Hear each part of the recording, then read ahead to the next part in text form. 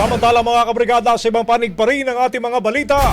Lager na umano'y nagpakalat na ire-raid ang bahay ni dating Pangulong Duterte sa Davao City, kakasuhan ng PNP. Mula dyan sa Campo Crame, Brigada Kat Austria, ibrigada mo! Brigada Live Report. Angel, tukoy na ng Philippine National Police ang isang vlogger na nagpakalat umano na ire-raid ang bahay ni dating Pangulong Rodrigo Duterte sa Davao City.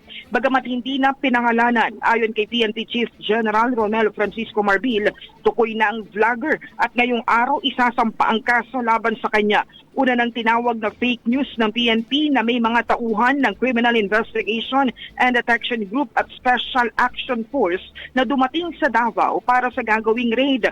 Maalalang mismong si CIDG Director Major General Nicolas Torre III ang nagkumpirma na walang operasyon ng CIDG sa Davao City. Narito ang bahagi ng panayam kay PNP Chief General Romel Francisco Marbil. Yung rally nga sa Davao, kanina kausap ko yung director ng ACG natin, na-identify na po natin yung vlogger na nagkakalat po na yan. And we will be filing case. Pina-freeze po natin yung kanyang yung ebidensya. But we'll be filing yung case po. I don't want to name yung tao na ifa-file po namin. But we'll be filing a case dun sa isang tao na nagkalat, na re-raidin namin yung bahay ng natin. Identified na yun, sir? Ay, identified po. With name? Yeah, of course. Dun sa vlogger po. Kailan, sir, ang filing na po? Ang sabi po ng director ng ACG namin today.